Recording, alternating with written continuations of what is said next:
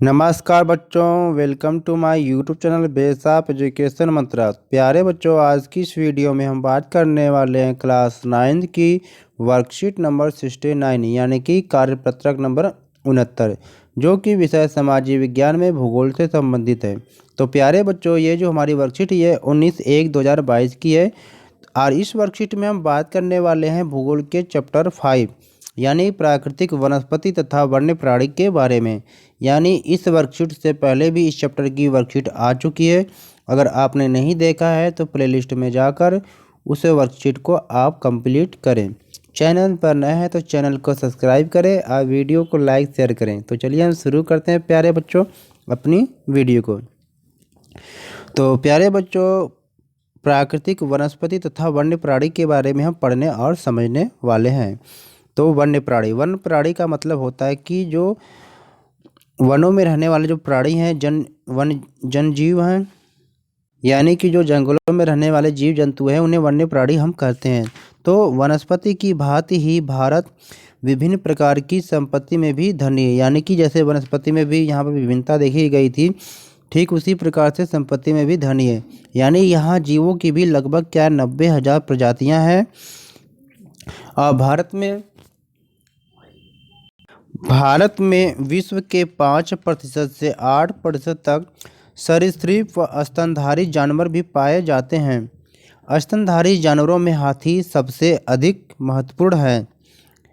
यह असम, कर्नाटक और केरल के उष्ण तथा आर्द्र वनों में पाए जाते हैं। तो प्यारे बच्चों, यानी कि भारत में विश्व के 5 से 8% तक सरीसृप यानी कि जो जमीन पर रेंगने वाले और स्तनधारी जानवर भी पाए जाते हैं।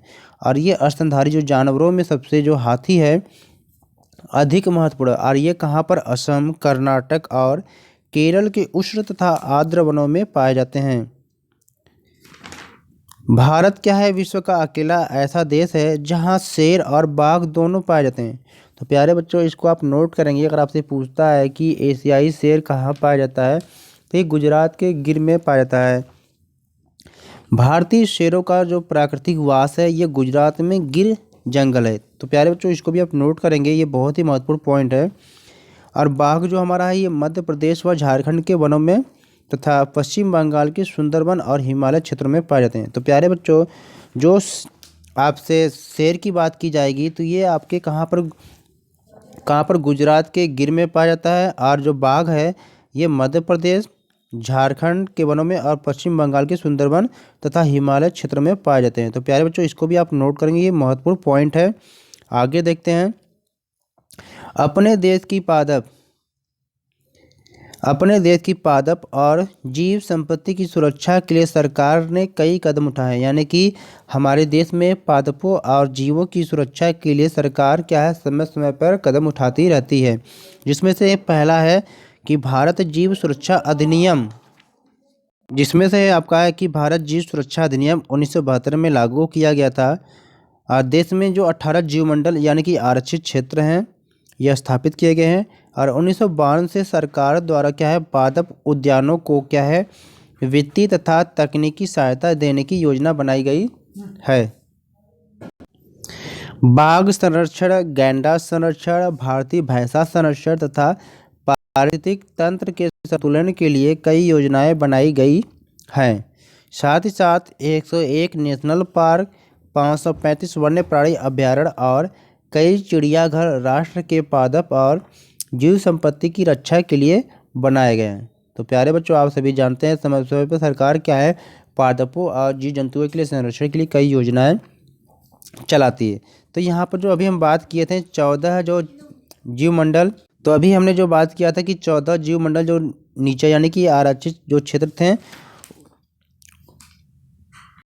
यहाँ निम्न प्रकार है।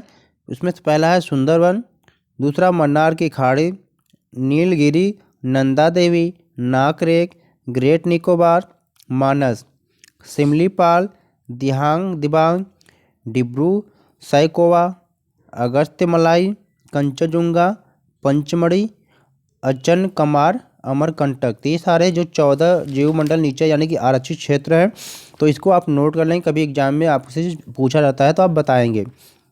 यानी इनमें से कोई दे देगा चार कोई ऑप्शन दे देगा, एक नहीं रहेगा, आपसे पूछ देगा निम्न में से कौन जीवमंडल नीचे नहीं है।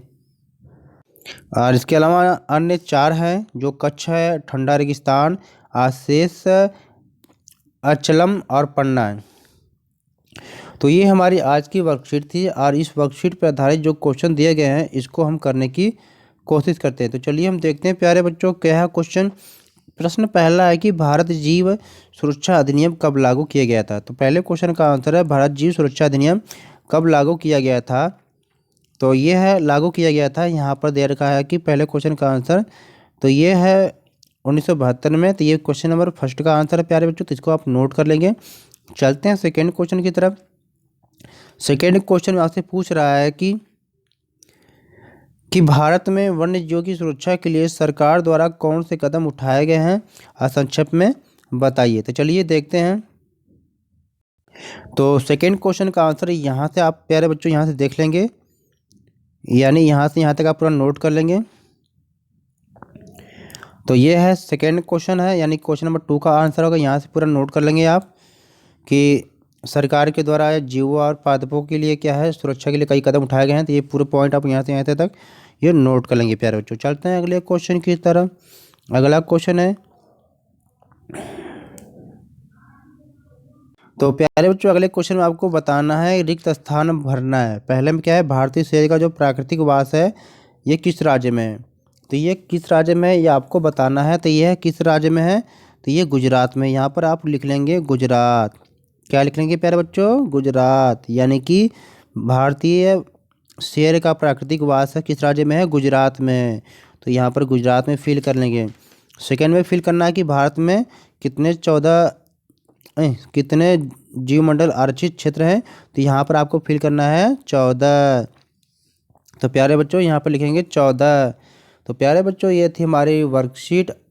इस वीडियो को लाइक शेयर ज़रूर करें और चैनल पर नए हैं तो चैनल को सब्सक्राइब करना ना भूलें, जिससे कोई भी वीडियो अपलोड की जाए आपकी क्लास से संबंधित आपको आसानी से मिल सके। ओके, टेक केयर बच्चों, फिर मिलते हैं नई वीडियो के साथ।